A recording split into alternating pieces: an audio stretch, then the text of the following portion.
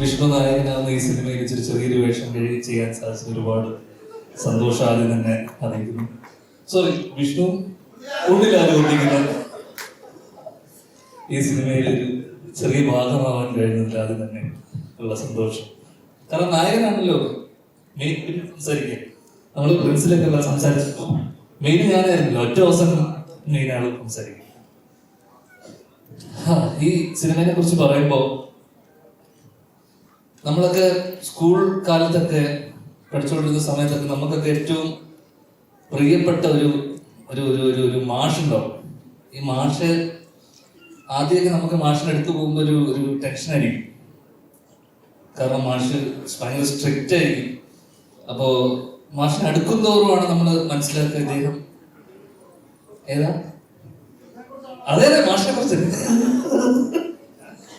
അപ്പോ നമ്മള് അടുക്കും തോറും മാഷിന്റെ ഉള്ളിലുള്ള സ്നേഹം നമ്മൾ തിരിച്ചറിഞ്ഞു. അങ്ങനെ ഞങ്ങളുടെ ഏറ്റവും പ്രിയപ്പെട്ട മാഷ്. കാരണം ഒരു സ്കൂൾ കാലഘട്ടം, അല്ലെങ്കിൽ ആ സ്കൂൾ കാലഘട്ടത്തിലുള്ള കുറെ, ഇപ്പോഴും സ്കൂൾ സമയത്ത് നമ്മളെങ്ങനെ വെച്ചാൽ പിള്ളേരൊക്കെ കളിച്ചു നടക്കും. കാരണം നമ്മള് ലിറ്ററലി കളിച്ചു നടക്കുകയായിരുന്നു. കളിയുടെ കാര്യമൊക്കെ പറയുമ്പോൾ ഉന്നയിച്ചൊക്കെ ഒരുപാട് ഓർമ്മകൾ ഉണ്ടാകും അല്ലേ. അപ്പൊ മാഷ് നമ്മളെ വിളിച്ചുകൊണ്ട് വരും, പഠിക്കും എന്ന് പറഞ്ഞിട്ട്. എന്നിട്ട് മാഷ് നമുക്ക് പഠിപ്പിച്ച് ആ സമയം പിന്നെയും നമ്മൾ തിരിച്ചു പോയി കളിക്കും. മാഷ് നമ്മളെ വിളിച്ചുകൊണ്ട് വരും. സത്യം പറഞ്ഞാൽ അങ്ങനെയായിരുന്നു ആ ഒരു സ്കൂൾ അല്ലെങ്കിൽ ആ കാലഘട്ടം ഓർമ്മ വന്നു ഈ ഒരു സെറ്റിൽ. കാരണം അത്രയധികം രസകരമായിട്ടുള്ള ഒരുപാട് ഓർമ്മകൾ സമ്മാനിച്ച ഒരു സെറ്റാണ് ഈ ഭീഷ്മരുടെ. അവസാനമായി മനസ്സറിഞ്ഞ് ചിരിച്ചതും ഈ സെറ്റിലാണ്. ആദ്യം തന്നെ ഞങ്ങളുടെ എല്ലാവരുടെയും പ്രിയപ്പെട്ട മാഷിന്, വിജയനങ്ങളിന് നന്ദി. ഈ സിനിമയുടെ ഭാഗമാവാൻ ഞങ്ങളെ ക്ഷണിച്ചതിനും. കാരണം സത്യം ഞങ്ങള് ഒരുമിച്ച് ഇത്രയും ആസ്വദിച്ചിട്ടൊരു സിനിമ ചെയ്തിട്ടില്ല എന്ന് തന്നെ പറയാം. അത്രമാത്രം രസങ്ങളുണ്ട്. കാരണം രസങ്ങളൊന്നും പുറത്ത് പറയാൻ പറ്റാതെ പരസ്യമായി പറയാൻ പറ്റാത്ത കാര്യങ്ങളായതുകൊണ്ട് തന്നെ പുറത്ത് പറയണില്ല. ഞങ്ങളുടെ കൊള്ളരുതായ്മകളെയും ഞങ്ങളെ ഇതൊക്കെ ക്ഷമിക്കുകയും കുറച്ച് കഴിഞ്ഞ് ഞങ്ങളോടൊപ്പം തമാശ പറയുകയും നമ്മളെ ഒക്കെ അടുത്ത് നിർത്തി ഞങ്ങളെ സ്നേഹിക്കുകയും ചെയ്ത ഞങ്ങളുടെ വിജയനങ്ങൾ. ഈ സിനിമയെ കുറിച്ച് പറയുമ്പോൾ സിനിമ ഈ തമാശകളും ഈ രസങ്ങളുടെയൊക്കെ അപ്പുറത്തേക്ക് ഈ സിനിമ ഒരു പഴയ പ്രിയദർശൻ അല്ലെങ്കിൽ പ്രിയരങ്ങളുടെയൊക്കെ സിനിമകൾ ഓർമ്മപ്പെടുത്തുന്ന പോലത്തെ ഒരു ഫൺ ഫാമിലി എന്റർടൈനർ ആണ് ഈ സിനിമ. കാരണം ഒരുപാട് ആക്ടേഴ്സ് ഉണ്ട് ഇവിടെ വന്നിരിക്കുന്നത്. അങ്ങനെ ഒരുപാട് നടന്മാരുള്ള ഒരു സിനിമ, ഒരു വലിയ സിനിമയാണ്. ആ രസങ്ങളൊക്കെ എനിക്ക് തോന്നുന്ന ഒരു പരിധി വരെ തിയേറ്ററിൽ ആൾക്കാർ ചിരിക്കാനും അല്ലെങ്കിൽ ഇഷ്ടപ്പെടുന്ന രീതിയിലുള്ള നല്ല ഹ്യൂമറുള്ള അല്ലെങ്കിൽ നല്ല രസമായിട്ടുള്ള കുറേ ഇൻസിഡൻസ് ഉള്ള ഒരു കോർത്തിണക്കിയിട്ടുള്ള ഒരു സിനിമയാണിത്. അതിൽ ഇന്നത്തെ ദിവസം രഞ്ജിന്റെ ദിവസമാണ്. അപ്പോൾ മ്യൂസിക് ലോഞ്ച് എന്ന് പറയുമ്പോൾ രഞ്ജിൻ ഏറ്റവും റിസ്ക് എടുക്കുന്ന ഒരു മ്യൂസിക് ഡയറക്ടറാണ്. കാരണം എന്നെ രഞ്ജിൻ 2 സിനിമയിൽ പാട്ട് പാടിച്ചിട്ടുണ്ട്. ആദ്യത്തെ സിനിമ കുഞ്ഞമണീസ് ഹോസ്പിറ്റലിൽ രഞ്ജിൻ എന്നിട്ട് പാട്ട് പാടിപ്പിച്ചു. ഈ സിനിമയിലും ഞാനും വിഷ്ണുവും ചേർന്ന് പാടുന്നൊരു പാട്ടുണ്ട്. അപ്പോൾ വിഷ്ണു പാട്ട് പാടിക്കൊണ്ടിരിക്കുന്ന സമയത്ത്, വിഷ്ണുവാണ് ആദ്യം രാവിലെ വന്ന് പാട്ട് പാടിക്കൊണ്ടിരുന്ന സമയത്ത് ഞാൻ കാണുമ്പോൾ വിഷ്ണുവിന്റെ പാട്ട് കേട്ടിട്ട് ഞാൻ എന്തിനാണ് ഇങ്ങനെ പാടുന്നത്, എന്ത് ബോറായിട്ടാണ് ഇങ്ങനെ പാടുന്നത്, ഇവന് ഞാൻ ഒറ്റയ്ക്ക് പാടിയാൽ പോലായിരുന്നു ഈ പാട്ട് ഞാൻ ചിന്തിച്ചിരിക്കുന്ന സമയത്താണ് എന്നെ പാടാൻ വിളിക്കുന്നു.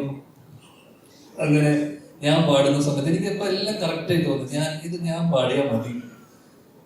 ആ സമയത്ത് വിഷ്ണു മാറി നിന്നിട്ട് ഞാൻ ഹെഡ്ഫോൺസ് ഒക്കെ വെച്ചിട്ട് പാട്ട് പാടുന്നതിന്റെ ഒരു വീഡിയോ വിഷ്ണു ഫോണിൽ ഷൂട്ട് ചെയ്തിട്ട് എന്റെ ഫോണിൽ തന്നെ ഷൂട്ട് ചെയ്തിട്ട് ഇതൊന്ന് കണ്ടു നോക്കൂന്ന് പറഞ്ഞിട്ട് വിഷ്ണു എനിക്ക് കാണിച്ചത്. അതാണ് ഞാനിപ്പോ അലാം മാറ്റി വെച്ചിട്ടുള്ളത്.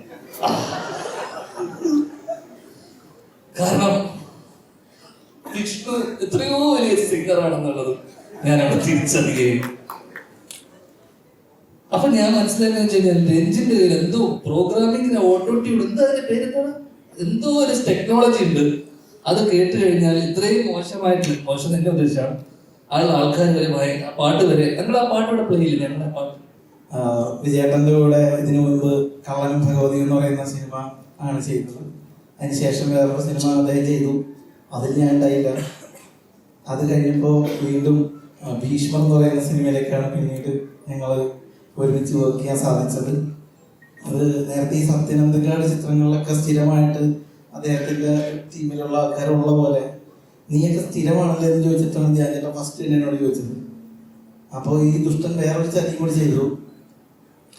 ഈ പടത്തിന്റെ പ്രീ പ്രൊഡക്ഷൻ കാര്യങ്ങളൊക്കെ നടക്കുന്ന സമയത്ത് ഞാനിടയ്ക്ക് വിജയേട്ടനെ വിളിച്ച് ചോദിക്കും, ചേട്ടാ സ്ക്രിപ്റ്റ് എന്തായി കഴിയുമ്പോൾ ഒന്നും തരില്ലേ എന്നൊക്കെ പറഞ്ഞ് ചോദിക്കും. അപ്പോൾ പുള്ളി കഴിയുമ്പോഴത്തേക്ക് അതൊക്കെ പറഞ്ഞിങ്ങനെ വരും. അതിന് ശേഷമാണ് ഞാൻ അറിയുന്നത്. പിന്നെ തുടങ്ങാൻ തൊട്ടുമ്പോൾ തന്നുവിട്ടാ ഞാൻ മൊത്തം വായിച്ചിട്ട് ഹാപ്പി. അപ്പോൾ അത്ര ഡിലേ ആവാൻ കാര്യം എന്താണെന്ന് പിന്നെയാണ് ഞാൻ അറിഞ്ഞത്.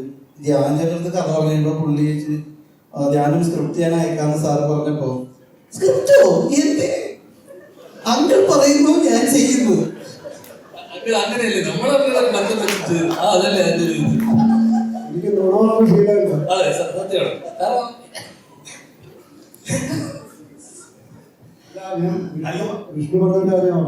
അതെ അതെ അതെ ഞങ്ങൾ സ്ക്രിപ്റ്റ് വായിച്ച ഇവനാണോ സ്ക്രിപ്റ്റ് വായിക്കാത്ത ഞാനാണോ നന്നായി ചെയ്തത്? അഭിനയിക്കുന്ന കണ്ടില്ലേ? അത് പറഞ്ഞല്ലേ അപ്പൊ അങ്ങനെ പറഞ്ഞ പുള്ളി ഫസ്റ്റ് തന്നെ നീ അപ്പൊ സ്ഥിരം പുള്ളിയുടെ ആർട്ടിസ്റ്റ് ആവാൻ നിൽക്കണ്ട, ഞാൻ ഡീൽ ചെയ്തോളാം പറഞ്ഞു. പുള്ളി ആൾക്കാർ അധികാരം നീ സ്ക്രിപ്റ്റ് അധികാരം ബോധമായിരിക്കണം. അല്ല അപ്പൊ പുള്ളി സ്ഥിരം വിജയേട്ടന്റെ പടത്തിലെ ഒരാളാവാൻ വേണ്ടി ഞാൻ ആയിക്കോളാന്ന് പറഞ്ഞിട്ടുണ്ട്.